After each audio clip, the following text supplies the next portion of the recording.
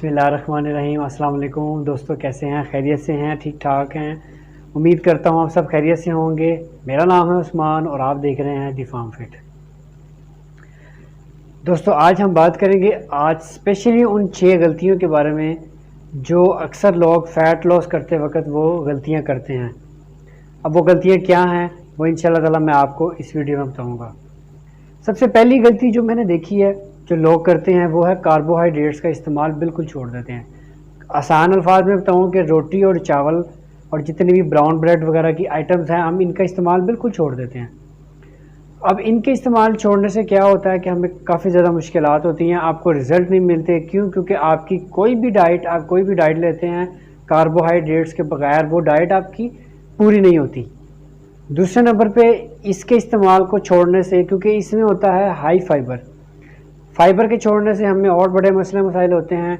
इसका इस्तेमाल इसलिए ज़रूरी है क्योंकि फ़ाइबर जो है वो कोलेस्ट्रॉल के लिए भी बड़ा अच्छा होता है, आपके डाइजेस्टिव सिस्टम को बेहतर करने के लिए बड़ा होता है, हाजमे का जो एक पूरा निज़ाम अल्लाह ताला ने बनाया है उसको ठीक करने के लिए बड़ा बेहतर होता है। इसीलिए इसका इस्तेमाल बहुत ज़रूरी है। दूसरी गलती जो मैंने बहुत ज़्यादा देखी है वो ये है कि जिस जगह पे फ़ैट है सिर्फ उसी को कम किया जाए, बाकी फ़ैट को छोड़ दिए, बाकी नहीं। अक्सर मेरे पास लोग आते हैं, वो आके मेरे से पूछते हैं उस्मान भाई मेरे तो चेस्ट फैट है, मेरे तो लोअर बेली फ़ैट है, मेरे तो थाइज़ में फ़ैट है, मेरे तो हिप में बहुत ज़्यादा फ़ैट है, मैंने सिर्फ वो कम करना बस, बाकी मुझे ज़रूरत नहीं है।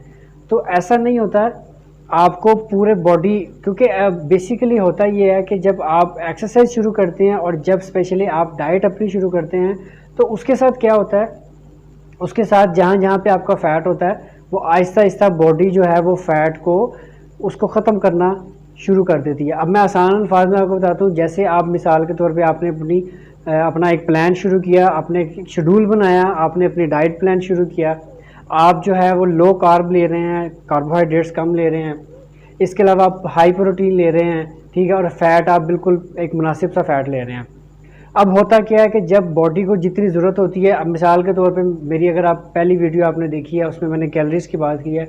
मिसाल मैं आपको ऐसे देता हूँ कि अगर आप कैलोरीज की बात कर रहे हैं, आप 500 या 600 कैलोरीज डेफिसिट में जा रहे हैं, तो जो बॉडी को रिक्वायरमेंट है, जो बॉडी को ज़रूरत है, उसने कहीं ना कहीं से तो वो लेनी है ना। तो फिर वो क्या करता है कि वो जो फ़ैट आपका स्टोर हुआ होता है वो वहाँ से फ़ैट रिड्यूस करके वहाँ से फ़ैट लेके अपनी जो रिक्वायरमेंट है पूरी करता है। इस तरह एंड पे जो है ना आपका फ़ैट जहाँ जहाँ भी फ़ैट होता है सारा वहाँ से ख़त्म होता है। ऐसा नहीं होता कि आप कहें कि मेरा चेस्ट में फ़ैट है तो मैं डेली चेस्ट की एक्सरसाइज करूँ, मेरी थाइज़ में फ़ैट है तो मैं डेली स्क्वाट लगाऊँ बार बार, या मेरी बेली में फ़ैट है, लोअर पोर्शन में फ़ैट है, या मेरे लव हैंडल्स में फ़ैट है, तो उसमें अगर आप कहें तो आप कहेंगे जी मैं डेली यही एक्सरसाइज लगाऊँ तो मेरा ठीक हो जाएगा।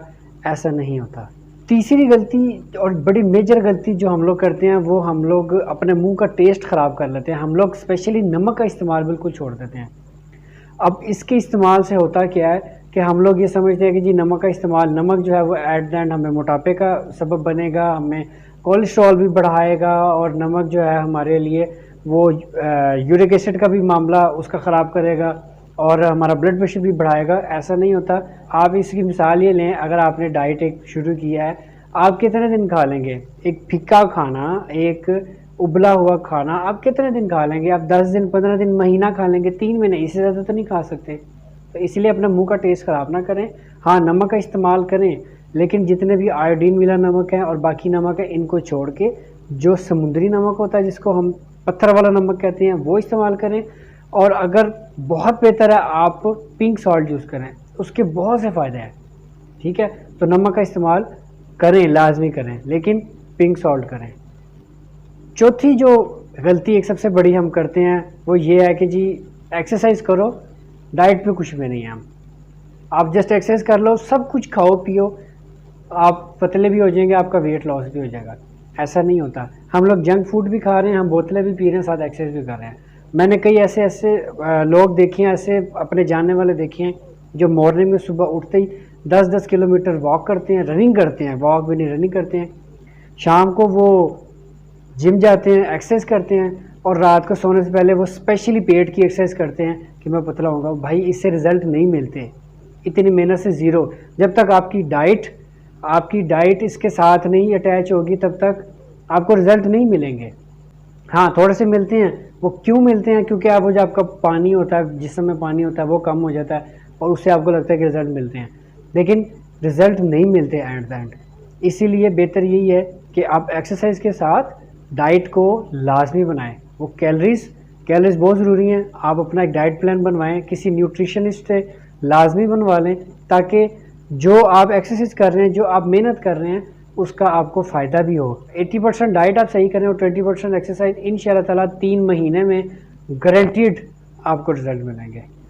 पांचवी जो गलती है वो सबसे ज़्यादा पाई जाती है, वो मैंने बहुत ज़्यादा देखी है अपने जिम में भी, मैंने अपने पार्क्स में भी मैंने बहुत ज़्यादा ये देखी है कि लोग कहते हैं कि जितना ज़्यादा पसीना आएगा उतना ज़्यादा फ़ैट लॉस होगा।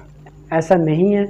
मैंने पार्क्स में लोगों को देखा है कि सख्त गर्मी में, मई जून के महीने में, उन्होंने इतने इतने मोटे अपर पहन के, 2 अपर पहन के वो रनिंग कर रहे होते हैं।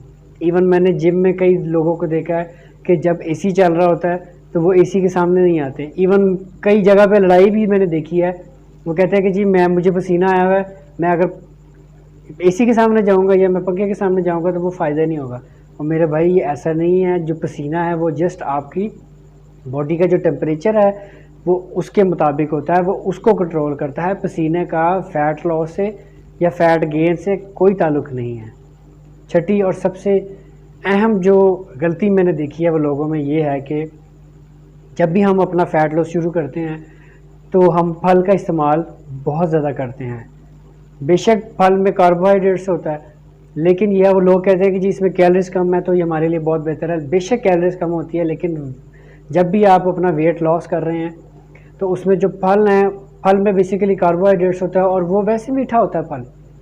और जब आप फल का इस्तेमाल करते हैं, स्पेशली हम सेब बहुत ज़्यादा इसमें इस्तेमाल करते हैं, उसमें एक कुदरती तौर पे मीठा होता है। और वो जो कार्बोहाइड्रेट्स होता है, कार्बोहाइड्रेट्स जब बॉडी के अंदर जाता है तो वो एक ग्लूकोज बनाता है, वो इंसुलिन बनाता है, वो ग्लूकोज का एक काम करता है।